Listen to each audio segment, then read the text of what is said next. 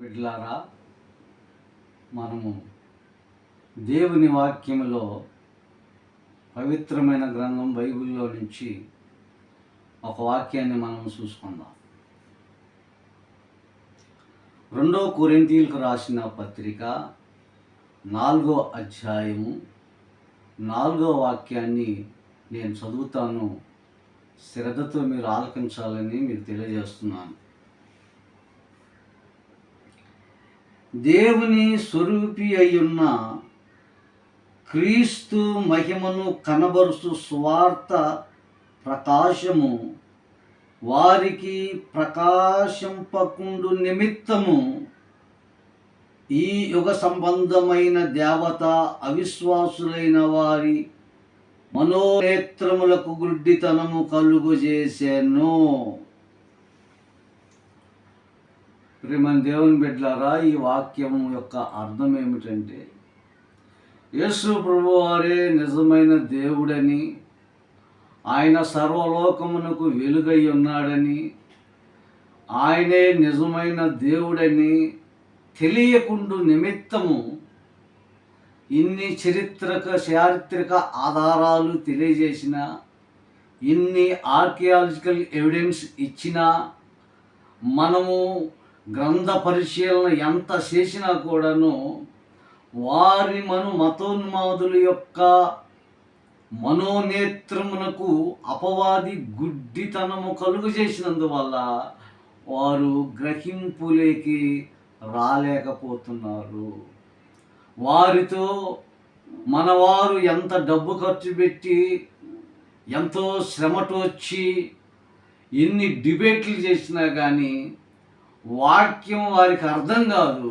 ఎందుకు అర్థం కాదంటే, దుష్టుడు వారి మనోనేత్రమునకు గుడ్డితనము కలుగజేసినందువల్ల వారు గ్రహింపులకి రారు. అంటే నేను చెప్పేది ఏంటంటే, వారికి చెప్పటం దండగా, అనవసరపు ఖర్చు, అనవసరపు శ్రమ.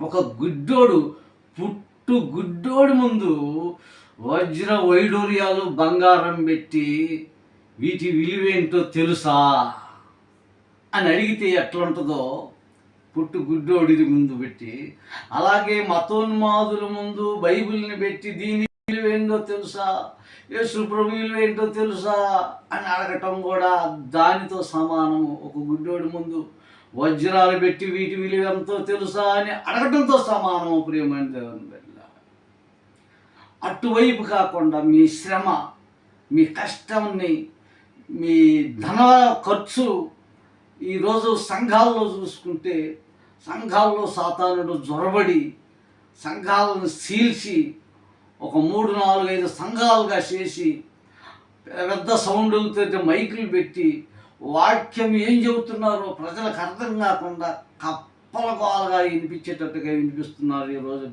సంఘాల్లో.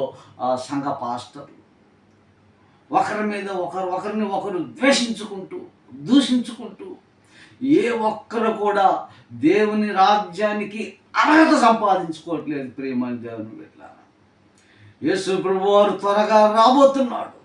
ఆయన బయలుదేరున్నాడు, ఆయన ప్రయాణంలో ఉన్నాడు. ఆయన వచ్చేటప్పుడు కూడా ఏ ఒక్కరు కూడా, ఏదో కొంతమంది తప్పితే అనేకులు దేవుణ్ణి ఎరిగి కూడా నరకానికి వెళ్ళిపోతున్నారు. వారి గురించి యేసు ప్రభు దేవుడని నమ్ముతున్నారు, యేసు ప్రభువే మా దేవుడని చెప్పుకుంటున్నారు, కానీ వారు దేవుని రాజ్యానికి అర్హత సంపాదించుకోలేకపోతున్నారు. దానికి గల కారణము సరైనటువంటి వాక్యాన్ని అందించేవారు లేక, సరైనటువంటి జీవాహారాన్ని వారికి పంచిపెట్టేవారు లేనందువల్ల అనేకులు సరైనటువంటి భక్తి మార్గములో నడవకుండా వారు సాతాను సంబంధులుగానే జీవిస్తూ దేవుని ఎరిగి కూడా నిత్య నరకానికి వెళ్ళిపోతున్నారు. వారిని గురించి ప్రయాసపడాల్సిన అవసరం ఈ రాకడ సమయంలో ఎంతైనా ఉందని ప్రేమతో మీకు తెలియజేస్తున్నాను.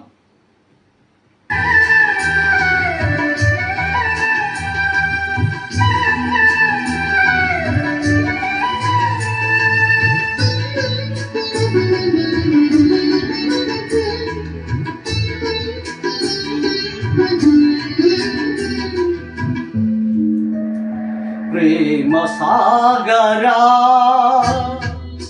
ఇతర మరణ ఎడారిలోన దారి తప్పితివి. మధుర స్వరము వినబడి నీ దరికి చేరితి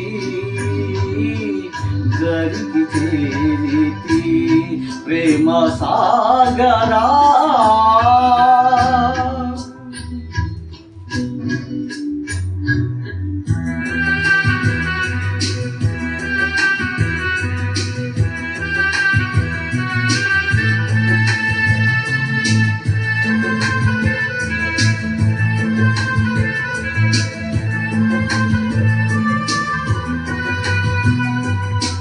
శత్రువైన సాతాను యుక్తిలోన పడితిమయ్యా. శత్రువైన సాతాను యుక్తిలోన పడితిమయ్యా.